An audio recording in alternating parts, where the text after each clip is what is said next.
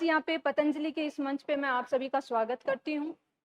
आज का ये जो वीडियो है इसमें 2 चीज़ें महत्वपूर्ण हैं। सबसे पहले तो कुछ अनाउंसमेंट्स हैं आप सभी विद्यार्थियों के लिए कि पतंजलि संस्थान अभी आप लोगों के लिए क्या-क्या लेके आ रहा है कोर्सेज, कौन से सब्जेक्ट्स कहाँ से स्टार्ट हो रहे हैं। दूसरी जो चीज़ है कि यहाँ पे जैसा कि आप लोग देख रहे हैं गवर्नमेंट ऑफ राजस्थान की एक बहुत ही इम्पोर्टेंट थीम को हम यहाँ पे डिस्कस करेंगे जो कि बहुत ही चर्चा में है और बहुत अच्छे से डिटेल में इसके ऊपर चर्चा करेंगे। तो पहले बात कर लेते हैं हम कि अनाउंसमेंट क्या है। अनाउंसमेंट नंबर 1 ये है कि करंट अफेयर्स। देखिए, ये हमेशा से हम लोगों ने देखा है कि राजस्थान के अंदर आरएएस के प्रीलिम्स में करंट अफेयर का सेक्शन बहुत ही ज़्यादा इम्पोर्टेंस रखता है। 15 के लगभग जो क्वेश्चन हैं वो हमारे डिफरेंट सेक्शंस के करंट अफेयर से आते हैं। लाइकवाइज जो साइंस का करंट अफेयर आता है, हमारा जनरल करंट अफेयर आता है, डिफेंस करंट अफेयर आता है, सभी में करंट अफेयर आता है। तो पतंजलि संस्थान करंट अफेयर पे भी पूरा आप लोगों के लिए फोकस कर रही है। तो दिसंबर से लेकर के अप्रैल तक का जो करंट अफेयर है उसकी जो क्लासेज हैं आपको यूट्यूब पे फ्री ऑफ कॉस्ट अवेलेबल करवाई जाएंगी। सेकेंड थिंग सेकंड थिंग ये है कि 1 मई से जो क्लासेज हैं करंट अफेयर की वो पहले की तरह वीकली क्लासेज होंगी। पूरे एक वीक का इन डेप्थ जो करंट अफेयर है वो आप लोगों को यहाँ पे करवाया जाएगा। नेक्स्ट चीज जो आती है कि टेस्ट सीरीज। देखिए, प्रत्येक जो सीरियस कैंडिडेट होता है जिसको अच्छे से तैयारी करनी होती है वो हमेशा टाइम टू टाइम अपनी तैयारी को परखता है। वो अपनी तैयारी को ये लेके चलता है कि वो कहाँ पे स्टैंड कर रहा है। तो हमें वैकेंसी का इंतजार करके फिर उसके बाद टेस्ट सीरीज ज्वाइन करने की नहीं सोचनी चाहिए। टेस्ट सीरीज को आप लोग अभी से ही स्टार्ट कर दीजिए। अभी आप जो तैयारी कर रहे हैं उसी में अपनी तैयारी को परखिए। तो इसी के लिए 1 मई से यानी कि 1 मई से आप लोगों के लिए पतंजलि संस्थान से टेस्ट सीरीज का भी आयोजन किया जा रहा है जिसमें कुल मिलाकर के 15 टेस्ट पेपर होंगे। 15 टेस्ट पेपर होंगे। 15 टेस्ट पेपर में से 11 टेस्ट पेपर जो होंगे आप लोगों के वो सब्जेक्ट वाइज होंगे और 4 जो हैं वो फुल लेंथ के होंगे। तो ये बहुत ही एक अच्छी टेस्ट सीरीज होगी जिसमें आपको पूरा सॉल्यूशन भी दिलवाया जाएगा और पूरा अच्छे तरीके से आप इसमें अपने आप को चेक कर सकते हैं। तो इस टेस्ट सीरीज को ज्वाइन कीजिएगा। थर्ड थिंग जो है वो 1 मई से पतंजलि के अंदर आरएएस की साइंस एंड टेक की क्लासेस स्टार्ट होंगी और उसके साथ में ही इंडियन हिस्ट्री की क्लासेस भी स्टार्ट होंगी। तो जो स्टूडेंट इच्छुक हैं वो बिल्कुल इस चीज़ को ज्वाइन करें क्योंकि ये बिल्कुल फ्रेश से स्टार्ट होंगी। पहले से चला आ रहा कोई बैच में नहीं होगा, बिल्कुल फ्रेशली नए सिरे से ये पूरा का पूरा सिलेबस स्टार्ट होगा। और जहाँ तक बात है साइंस एंड टेक की, तो देखिए ये पूरा का पूरा इसमें प्री कम मेंस का सिलेबस करवाया जाएगा और आप लोगों को पता है कि अब की बार साइंस का मेंस का सिलेबस कितना लंबा है। उसको अच्छे से करने के लिए पूरा एक टाइम चाहिए होता है और वो टाइम अभी से है। वैकेंसी अनाउंस होने के बाद में जो सिलेबस करवाया जाता है उसमें कहीं ना कहीं थोड़ी थोड़ी जल्दबाजी करनी ही पड़ती है, उसमें ऑप्शन नहीं होता। लेकिन अभी से साइंस एंड टेक एक ऐसा भी सब्जेक्ट है जिसमें बहुत अच्छा स्कोर किया जा सकता है, बहुत ही कॉन्सेप्चुअल भी होता है। तो इस चीज को आप लोग लेके चले। 1 मई से ये स्टार्ट हो रहा है। तो चलिए अब हम हमारा स्टार्ट करते हैं।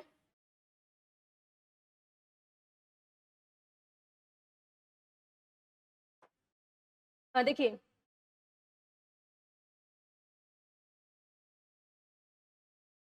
जो कृषक साथी कल्याण योजना है उसके बारे में अगर हम बात करें तो पिछले बजट में कृषक कल्याण कोष के अंतर्गत 2000 करोड़ रुपए की मुख्यमंत्री कृषक साथी योजना की घोषणा की गई थी। अब इसी कड़ी में लास्ट टाइम के बजट में कितने की गई थी? 2000 करोड़ रुपए का कृषक कल्याण कोष बनाया जाएगा और उस कृषक कल्याण कोष की जो राशि है उसका उपयोग किया जाएगा कृषक साथी योजना के अंदर। अभी इसी रुपए को बढ़ा करके इस वाले बजट में कर दिया गया है आप लोगों के लिए जो कृषक हैं, हमारे जो किसान हैं, उनके लिए 5,000 करोड़ रुपए, 5,000 करोड़ रुपए की ये पूरा का पूरा कृषक साथी योजना बना दी है। और इसमें इसको सब पार्ट्स में डिवाइड करते हुए 11 मिशन मोड के अंदर इस योजना को अचीव किया जाएगा। 11 प्रकार के मिशन चलाए जाएंगे कि जो कि सारे के सारे ही मिशन क्या होंगे, कृषि क्षेत्र से संबंधित होंगे। तो 2,000 करोड़ रुपए से बढ़ा करके अब इसको 5,000 करोड़ रुपए कर दिया है। इस योजना के अंतर्गत कृषि एवं इससे संबंधित सभी क्षेत्रों की, ये पॉइंट आउट करना है आपको, इस सभी क्षेत्रों की योजनाओं को अधिक प्रभावी रूप से क्रियान्वित करने के लिए मिशन मोड पर कार्य किया जाना प्रस्तावित है। अब मिशन मोड का जो सेंस है वो आप धीरे धीरे जब जैसे जैसे वीडियो आगे बढ़ेगा आप लोग समझ जाएंगे। देखिए, मिशन मोड के अंदर क्या है, 11 मिशन है टोटल। राजस्थान सूक्ष्म सिंचाई मिशन, राजस्थान जैविक खेती मिशन और बीज उत्पादन एवं वितरण मिशन। वन बाय वन हम सभी को डिस्कस करेंगे। एक चीज यहाँ पे आप देख सकते हैं कि पूरे के पूरे जो हमारी ये योजना है, इसके अंदर सारा जो एक कृषि क्षेत्र से रिलेटेड जितना भी होता है उन सभी पहलुओं को यहाँ पे सम्मिलित किया गया है। चाहे वो सिंचाई से संबंधित हो, चाहे वो खाद्य प्रसंस्करण मतलब फूड प्रोसेसिंग, फूड प्रोसेसिंग के ऊपर ना केवल गवर्नमेंट ऑफ राजस्थान बल्कि गवर्नमेंट ऑफ इंडिया का बहुत ज्यादा फोकस है इस टाइम पे, क्योंकि फूड प्रोसेसिंग एक ऐसा सेक्टर है जिसके अंदर किसानों की आय को दुगुनी करने का जो लक्ष्य बनाया हुआ है वो भी प्राप्त किया जा सकता है, साथ ही साथ बहुत ज्यादा जॉब्स को जनरेट किया जा सकता है। तो ये टोटल 11 मिशन हैं जो कि इस पूरी कृषक साथी सिंचाई योजना के तहत क्रियान्वित किए जाएंगे। अब हम एक एक करके एक एक मिशन को लेते हुए चलते हैं। ये जो थीमेटिक एरियाज के आधार पर कृषि क्षेत्र के चहुमुखी विकास को सुनिश्चित करने का प्रयास किया जाएगा। जैसे कि सबसे पहले राजस्थान सूक्ष्म सिंचाई मिशन यानी कि माइक्रो इरिगेशन मिशन। देखिए, राजस्थान के अंदर इस चीज की जरूरत क्यों है ज्यादा, सूक्ष्म सिंचाई की। वैसे तो इंडिया के प्रत्येक स्टेट के अंदर ही इस चीज की अनुशंसा की जाती है कि आप सूक्ष्म सिंचाई जो पद्धति है उसको फॉलो अप कीजिए, लेकिन जो यूपी, बिहार या फिर पंजाब जैसे राज्य हैं उनके अंदर फिर भी इस चीज पे इतना ज्यादा जोर नहीं दिया जाता क्योंकि वहां पे नदियों के पानी की प्रचुर मात्रा में उपलब्धता है। लेकिन अगर हम बात करें राजस्थान की, तो राजस्थान के अंदर पानी की बहुत ज्यादा कमी रहती है, पीने के पानी की कमी रहती है, तो सिंचाई के अंदर जो पानी है उसको भी बचाना हमारा लक्ष्य रहता है। इसीलिए government of Rajasthan time time पे जब से ये सूक्ष्म सिंचाई पद्धति क्रियान्वित हुई है इसमें बहुत सारा पैसा इन्वेस्ट कर रही है और चाह रही है कि किसान इस पद्धति को ज्यादा से ज्यादा अपनाएं। सूक्ष्म सिंचाई पद्धति में जैसे कि पर ड्रॉप मोर क्रॉप, इस चीज का भी नारा दिया गया है। इसमें फव्वारा सिस्टम होना चाहिए एक तो, यानी कि पानी को सीधा जो ये फील्ड है इसमें जैसे कि नहर जा रही है तो यहाँ से सीधा पानी न छोड़ करके पूरे खेत में यहाँ से पानी को इकट्ठा करके फव्वारों के माध्यम से, स्प्रिंकलर सिस्टम जिसको बोलते हैं, उसके माध्यम से सिंचाई की जाए। दूसरा ड्रॉप इरिगेशन, जिसमें पाइपलाइंस होती हैं वो डायरेक्टली जो प्लांट्स के रूट होती हैं वहां पे ड्रॉप्स के थ्रू इरिगेशन करती हैं, सिंचाई करती हैं। तो इन सभी के लिए किसानों को इन पद्धतियों का उपयोग करने का बढ़ावा देने के लिए राज्य सरकार के द्वारा फाइनेंशियल हेल्प की जाएगी, उनको पैसे दिए जाएंगे। तो कितने प्रस्तावित हैं इसके अंदर, 5 लाख से अधिक किसान जो हैं इसके अंदर लाभान्वित होंगे। 2,700 करोड़ रुपए की ये एक मिशन होगा। राजस्थान जैविक खेती मिशन, देखिए जैविक खेती यानी कि ऑर्गेनिक फार्मिंग, हम सभी इससे परिचित हैं क्योंकि काफी टाइम से ये चर्चा में है। जैविक खेती की अगर बात की जाए तो इसके अंदर बेसिक आइडिया क्या होता है, बेसिक आइडिया ये होता है कि बाहर के रासायनिक उर्वरक, बाहर की रासायनिक जो कीटनाशक हैं इन सब का प्रयोग न करते हुए जो ऑर्गेनिक तौर तरीके हैं उन्हीं के माध्यम से, जैसे कि ऑर्गेनिक खाद जो कि गोबर की खाद बनती है उसका प्रयोग किया जाए। राख के अंदर जो घरेलू चीजें हैं उनको मिला करके, हल्दी वगैरह मिला करके उनका कीटनाशक के तौर पे प्रयोग किया जाए। तो इस तरीके से जो फार्मिंग की जाती है उसको कहते हैं ऑर्गेनिक फार्मिंग। ऑर्गेनिक फार्मिंग का जो लक्ष्य है वो सरकार ज्यादा से ज्यादा इस पे पिछले कुछ सालों से क्यों जोर दे रही है, इसका नंबर वन कारण है कि जो खाद्य पदार्थ हैं जैसे कि सब्जियां हैं, फ्रूट हैं, इन सब के अंदर ज़्यादा कीटनाशकों का प्रयोग करने से, ज़्यादा रासायनिक खादों का प्रयोग करने से स्वास्थ्य संबंधी कारण जो हैं वो ज़्यादा तेजी से उभर के आ रहे हैं। तो ऑर्गेनिक फार्मिंग का बढ़ावा सरकार दे रही है।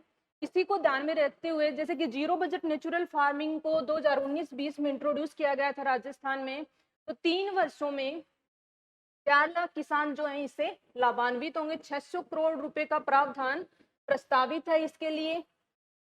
इसका पूरा लाभ कृषकों को तभी मिल सकता है जब उनके उत्पाद किसी भी संस्था से मान्यता प्राप्त होंगे। देखिए, स्वाभाविक सी बात है, हम एक मार्केट के अंदर गए, वहां पे मार्केट में एक किसान ने अपनी थड़ी लगा रखी थी या अपनी दुकान लगा रखी थी। उसके ऊपर वो दावा कर रहा है कि ये जो खीरे, सब्जियां, लौकी जो भी हैं ये सारे के सारे ऑर्गेनिक फार्मिंग से किए हुए हैं, ऑर्गेनिक तरीके से प्रोड्यूस किए हुए हैं और इनमें कोई रासायनिक नहीं है।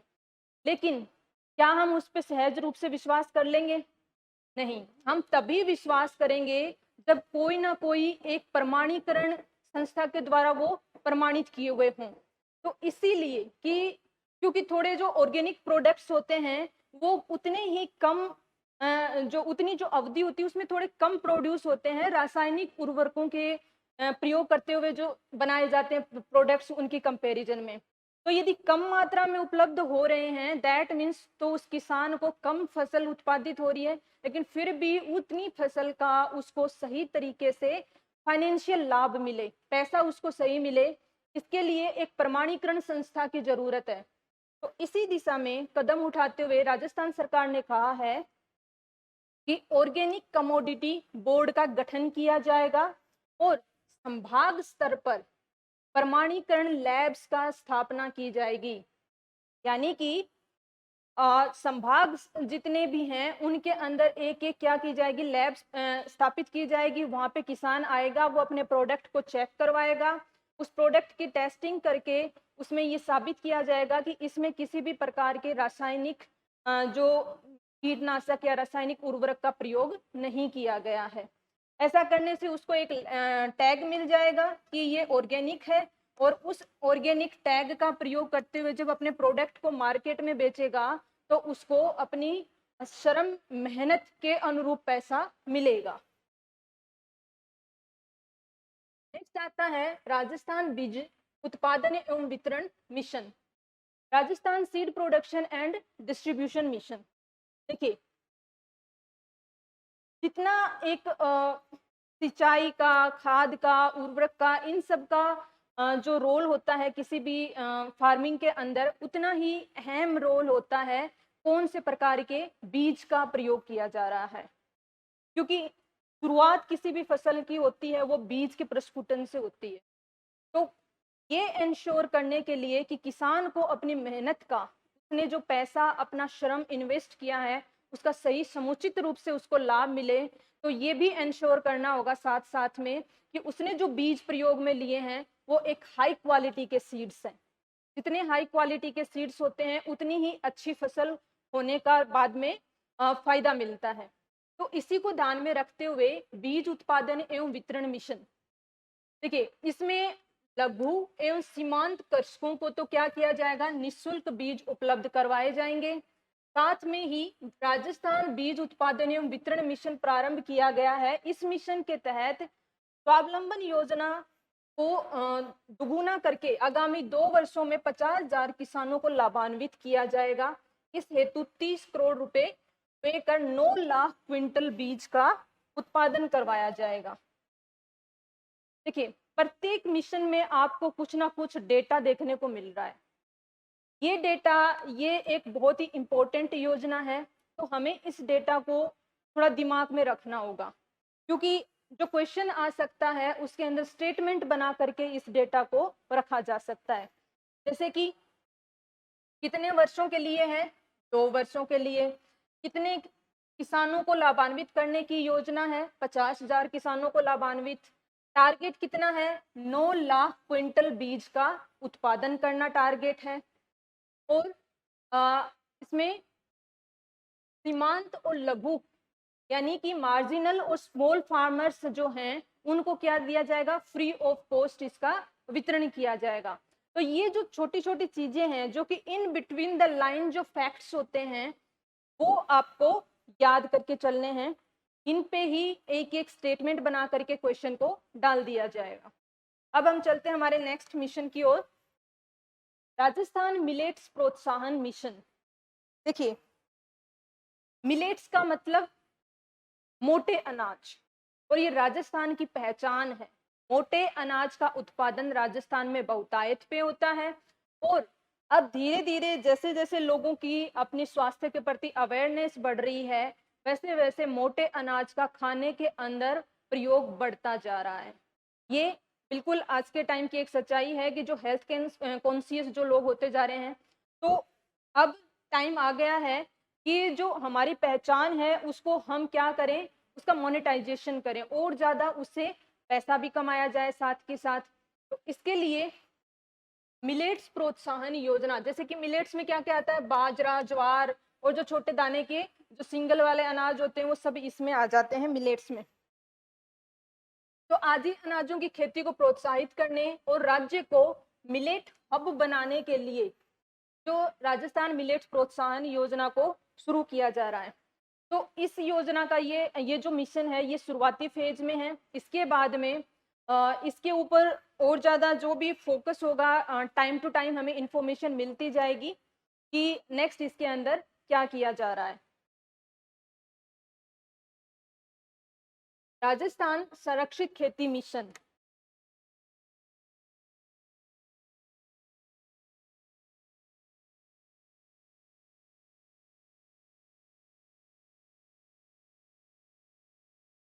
देखिए राजस्थान संरक्षित खेती मिशन जो है इसमें प्रोटेक्टेड कल्टीवेशन मिशन। अब आप सोच रहे होंगे कि ऐसी कौन सी कल्टीवेशन होती है जिसको प्रोटेक्ट करने की जरूरत होती है। आई मीन टू से खेती जो होती है वो तो खुले में की जाती है, लेकिन दोस्तों आपको भी पता है कि कुछ ऐसी फसलें होती हैं जैसे कि जायद की फसलें होती हैं।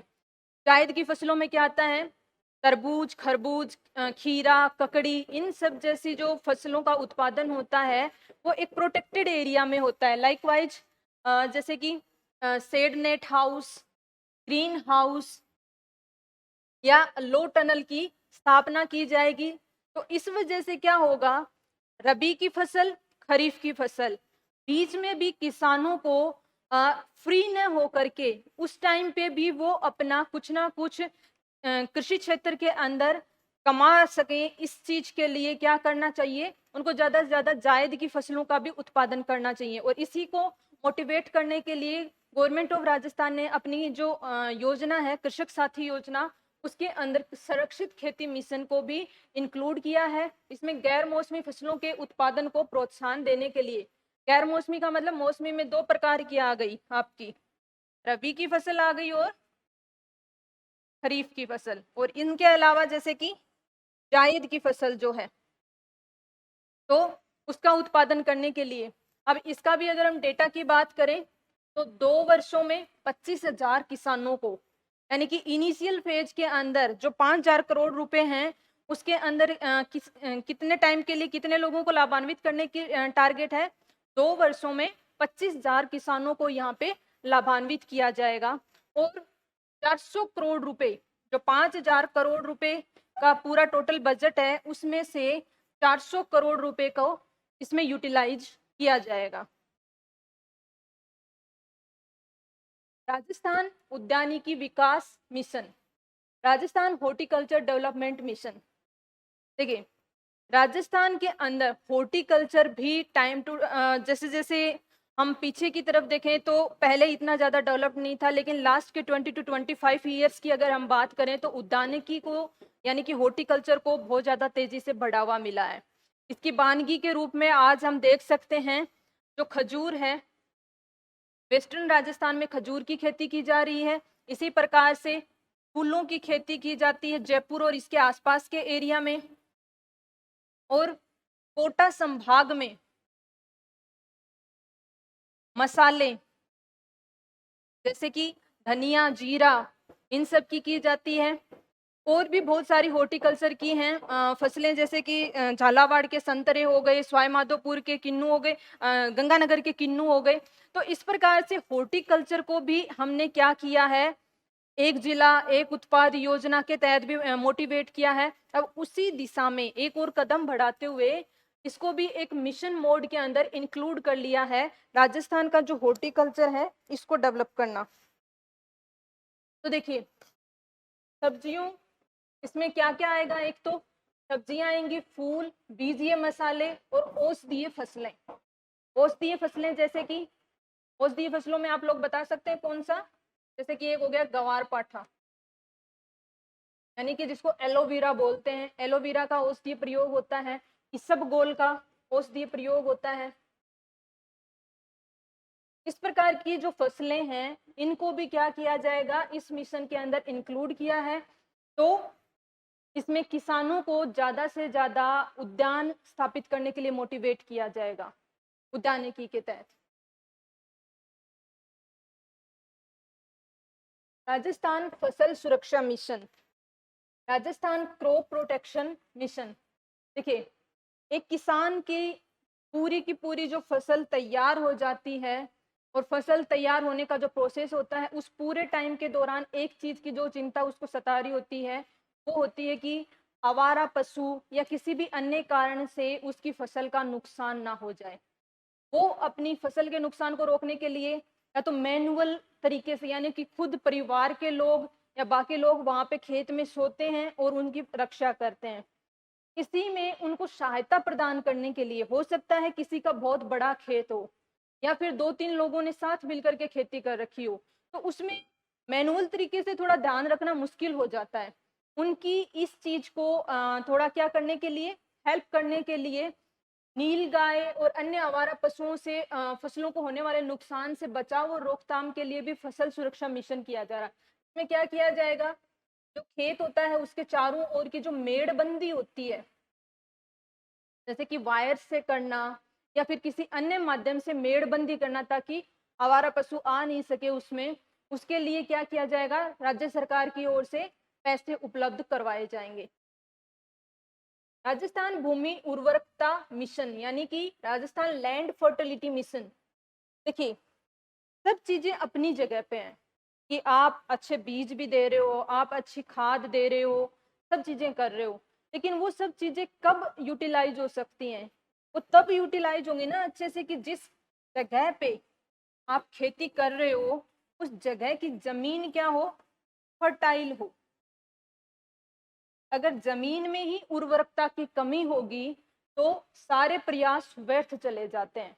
यदि जमीन में पर्याप्त मात्रा के अंदर एक पौधे के लिए आवश्यक न्यूट्रिएंट्स की कमी होगी, यदि पौधे को आवश्यक मात्रा में न्यूट्रिएंट्स नहीं मिलेंगे तो उस फसल का उतना अधिक उत्पादन नहीं हो सकता। वो एक ऐसी जमीन जिसमें आवश्यक मात्रा में न्यूट्रिएंट्स उपलब्ध हैं, अच्छी फर्टाइल लैंड है, उसकी कंपैरिजन में वो चाहे वो कितने ही एफर्ट्स डालें उस किसान को अपना पूर्ण रूप से लाभ नहीं मिल सकता। तो इसी को इंश्योर कैसे किया जा सकता है, लवणीय और क्षारीय भूमि में सुधार और हरी खाद के प्रयोग से भूमि उर्वरकता बढ़ाने हेतु राजस्थान भूमि उर्वरकता मिशन। देखिए ये अब जो हरी खाद है या फिर लवणीय और क्षारीय भूमि के अंदर किस प्रकार से कौन कौन सी चीजों का उपयोग करना चाहिए, इन सब का किस प्रकार से क्रियान्वयन किया जाएगा, आप लोगों के मन में एक सवाल उठ सकता है कि ये बोल तो दिया है सरकार ने कि ऐसा करेंगे, लेकिन किस प्रकार से करेंगे उसका। तो देखिए उसके लिए क्या होगा, अभी हाल ही के अंदर जो करंट अफेयर की जो मैं क्लास लूंगी उसमें भी मैं बताऊंगी। हाल ही में इस प्रकार की एक छोटी सी चौपाल का आयोजन ग्राम सभा स्तर पे किया जा रहा है प्रत्येक एरिया के अंदर, जहाँ जहाँ पे भी इसकी जरूरत है। और उसके अलावा आप लोगों ने पढ़ी होगी एक योजना, सोइल हेल्थ कार्ड। तो सोइल हेल्थ कार्ड योजना को इससे आप कनेक्ट कर दीजिए। सोइल हेल्थ कार्ड योजना में क्या होता है, किसान अपनी जो खेत है उसकी मिट्टी को ले जाता है लैब के अंदर, वहाँ पे उसको चेक किया जाता है कि ये लवणीय है, क्षारीय है, किस प्रकार की है, और उसमें कौन कौन से न्यूट्रिएंट तो प्रेजेंट और कौन से अब्सेंट है, वो सब चीजें एक किसान को बता दी जाती हैं, और उसी के आधार पे उसको रिकमेंड किया जाता, बताया जाता है कि आप इस प्रकार की खाद का यहाँ पे प्रयोग कीजिए, उससे किसान की फसल बहुत अच्छी होती है। तो इसी को अब मिशन मोड में, यानी कि जो जागरूक है उनको तो पहले से ही लाभ मिल रहा है, लेकिन साथ ही साथ में सभी राजस्थान के जो किसान हैं इससे लाभान्वित हो सके, इसको भी एक मिशन बना करके कृषक साथी योजना में इंक्लूड किया गया है। राजस्थान कृषि श्रमिक संबल mission, Rajasthan agriculture labourers empowerment mission. देखिए, अभी तक हमने एक किसान का खेत, फसल, फसल की आवश्यकताएं, इन पे चर्चा की। एक और अन्य पहलू आता है खेती किसानी में, वो आता है जो खेत में काम करने वाले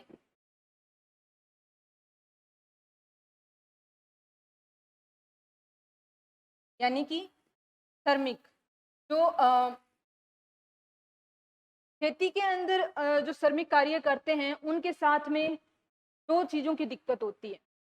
पहली दिक्कत तो ये होती है कि उनको एक सीजन में काम मिलता है, यानी कि जैसे कि बुआई का सीजन हो गया, कटाई का सीजन हो गया, खरीफ की बुआई, खरीफ की कटाई, इसी प्रकार से रबी की बुआई, रबी की कटाई। बाकी टाइम पे उनको ज्यादा कुछ करने को काम मिल नहीं पाता है, एक ये समस्या हो गई।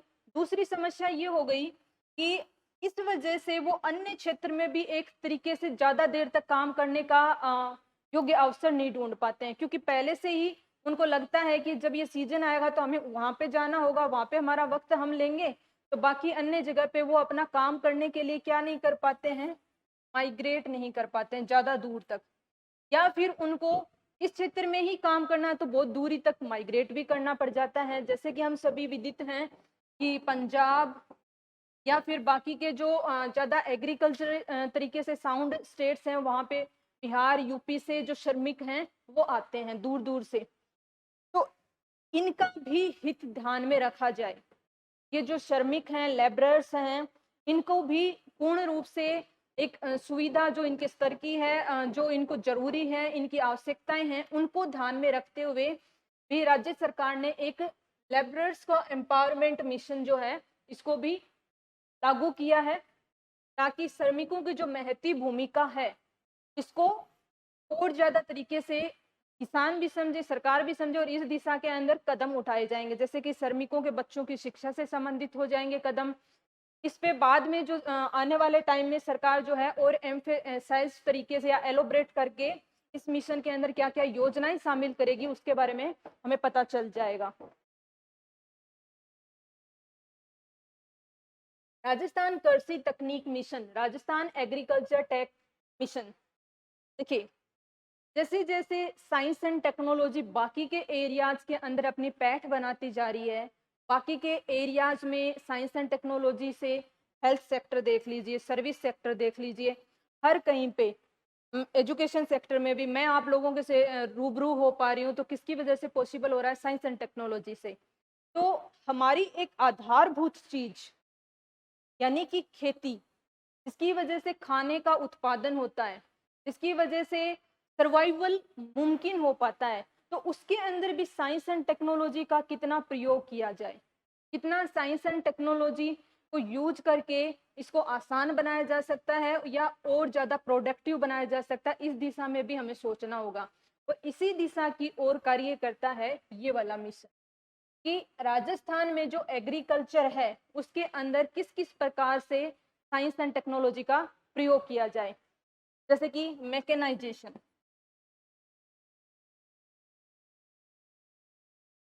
यानी कि मशीनीकरण। किस चीज का मशीनीकरण?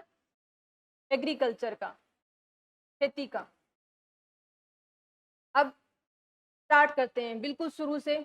अगर एक कोई फसल है उसके लिए बुआई के लिए क्या चाहिए, पहले किससे बुआई होती थी? ऊंट या बैलगाड़ी, उसके माध्यम से बुआई की जाती थी। तो कितना ज्यादा टाइम लगता था, कितना लेबोरियस वो काम होता था। आज के टाइम पे अगर हम मैकेनाइजेशन की बात करें तो ट्रैक्टर और जो बुआई करने की मशीन होती है उससे एक ही दिन के अंदर एक सिंगल ट्रैक्टर न जाने कितने जो सैकड़ों हेक्टेयर्स होते हैं उसके अंदर बुआई कर सकता है।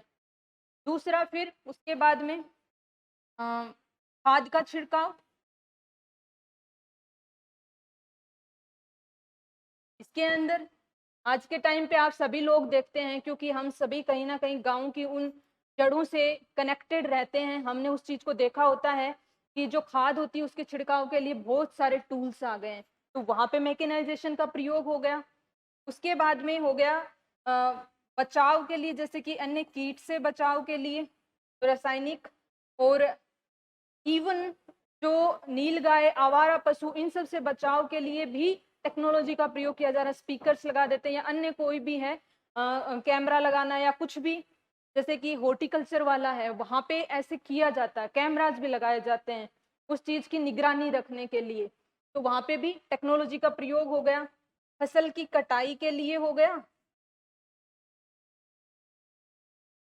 ऐसी मशीनें आ गई हैं, हार्वेस्टर मशीन्स जो हार्वेस्ट कर देती हैं, जो पकी हुई फसल होती है उसको हार्वेस्ट कर देती हैं, और फिर पूरी रूप से फसल निकालने के लिए जैसे थ्रेशर मशीन होती है। तो हर एक स्टेज पे अब क्या हो गया है, मैकेनाइजेशन हो गया, यानी कि पॉसिबल है, जो लोग यूज करना चाहें खेती किसानी में हर एक स्टेज के लिए वो पॉसिबल है। तो अब इससे होता क्या है, फायदा क्या होगा, यानी कि हर कोई तो इनको यूज नहीं कर सकता, क्योंकि बहुत सारे हमारे किसान, लगभग 80% जो किसान हैं वो क्या हैं, लघु या सीमांत की श्रेणी में आते हैं। तो प्रत्येक किसान इसको अफोर्ड नहीं कर सकता, प्रत्येक किसान के पास में ट्रैक्टर नहीं हो सकता, प्रत्येक किसान के पास में थ्रेशर मशीन नहीं हो सकती। लेकिन सभी इनका प्रयोग करें, ये सुनिश्चित करने के लिए भी राज्य सरकार ने मिशन मोड पे अब इनको क्या किया जाएगा, जैसे कि पूल जो मैकेनिकल टूल्स हैं, पूल का मतलब होगा कि जैसे कि एक संभाग ब्लॉक स्तर पे खुद राज्य सरकार के द्वारा क्या किया जाएगा, ब्लॉक स्तर पे ये सारी जो मशीन है उनको उपलब्ध करवा दिया जाएगा, और सहकारी संघ के माध्यम से जिनको जैसे जरूरत है इनको डिस्ट्रीब्यूट कर दिया जाएगा। इसी प्रकार की अन्य जो स्कीम्स हैं उनके माध्यम से भी मैकेनाइजेशन को बढ़ावा दिया जाएगा। मैकेनाइजेशन का अन्य फायदा क्या होता है कि आय बढ़ती है किसान की, कम टाइम में ज्यादा काम बन जाता है, तो टाइम की बचत होती है, वो बाकी अपने टाइम को और यूटिलाइज कर सकता है। साथ ही साथ में जो आदान होते हैं, कृषि आदान का मतलब इनपुट्स, तो एक जो इनपुट एक किसान लगाता है उसके अंदर कमी आ जाती है, उसके जो पैसे हैं इनपुट्स में वो बच जाते हैं, एफिशिएंसी बढ़ जाती है। तो इसीलिए मैकेनाइजेशन को क्या है, गवर्नमेंट के द्वारा बढ़ावा दिया जा रहा है। लास्ट हमारा आता है राजस्थान खाद्य प्रसंस्करण मिशन। राजस्थान फूड प्रोसेसिंग का जो सेक्टर है वो एक नया उभरता हुआ सेक्टर है। फूड प्रोसेसिंग के सेक्टर पे हर एक स्तर पे मतलब बहुत अच्छे से फोकस किया जा रहा है कि फूड प्रोसेसिंग की ज़्यादा से ज़्यादा यूनिट्स लगाई जाए। फूड प्रोसेसिंग में क्या क्या आता है, फूड प्रोसेसिंग में सिंपल से सिंपल अगर हम बात करें ना, तो हीरा या ककड़ी है इसके ऊपर वैक्स की कोटिंग करना, ताकि ये जल्दी से खराब नहीं हो, पेरिस नहीं हो, जल्दी से सड़े नहीं। तो ये भी पार्ट ऑफ फूड प्रोसेसिंग है, ये simplest form of food processing हो गई। इससे अलावा यदि हम हायर लेवल पे फूड प्रोसेसिंग का सोचें, तो जैसे कि एक खेत है, उसी खेत से आलू निकाले यहाँ पे और इनसे चिप्स बनाना, उसी खेत के आसपास एक यूनिट स्थापित करके यहीं पे आलू से chips banana, that is also the part of food processing. तो ये पूरा एक प्रोसेस है फूड प्रोसेसिंग का। अब सरकार ज्यादा क्यों करना चाहती है फूड प्रोसेसिंग को, देखिए फूड प्रोसेसिंग है जैसा कि मैंने स्टार्टिंग में भी बताया था, फूड प्रोसेसिंग से एक तो ये होता है कि एक तो रो फॉर्म में कोई प्रोडक्ट जाता है, यानी कि एक किसान है उसने सिंपली आलू निकाला और मार्केट में बेच दिया, तो किसान से थोक भाव में वो आलू कितने में खरीदा जाता है, ज़्यादा से ज़्यादा जो है 2 रुपए से लेकर के 10 रुपए तक की रेंज लगा लो। यदि ज़्यादा महँगाई हो रखी होती है तो 10 रुपए खरीद लेते हैं, नहीं तो 2 रुपए 3 रुपए प्रति किलो के हिसाब से किसान से खरीदा जाता है। लेकिन यदि वही आलू जैसा एक नॉर्मल कस्टमर मार्केट से खुद खरीदता है या फिर बड़े-बड़े रिटेल स्टोर्स के अंदर खरीदा जाता है, वो प्रोसेस्ड किया हुआ आलू हो या खीरा हो तो जिसके ऊपर कोटिंग वगैरह की होती है, वो खुद ही किसान यदि अपने यहाँ पे करे तो उसी फसल से वो कितने पैसे कमा सकता है। छोटी-छोटी जो फूड प्रोसेसिंग यूनिट हैं ये पॉसिबल हैं गाँव के स्तर पे भी लगाना, और लार्ज स्केल की जो प्रोसेसिंग यूनिट हैं वो भी एक क्लस्टर लेवल के ऊपर लगाई जा सकती हैं। इससे रोजगार बढ़ेगा, उस एरिया के जो किसान हैं उनकी आय बढ़ेगी, साथ ही साथ में किसान और ज़्यादा मोटिवेट होंगे। इससे मोटिवेशन मिलता है।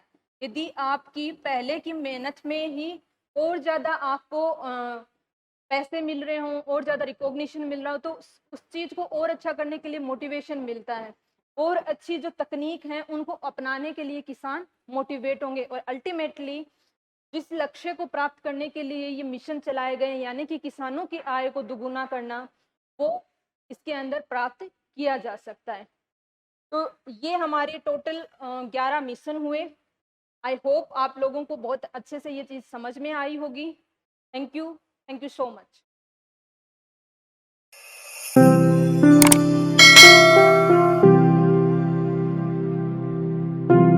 अधिक जानकारी के लिए संपर्क करें पतंजलि रिद्धि सिद्धि चौराहा के पास, गोपालपुरा बाईपास, जयपुर। कॉल करें 72406 72406।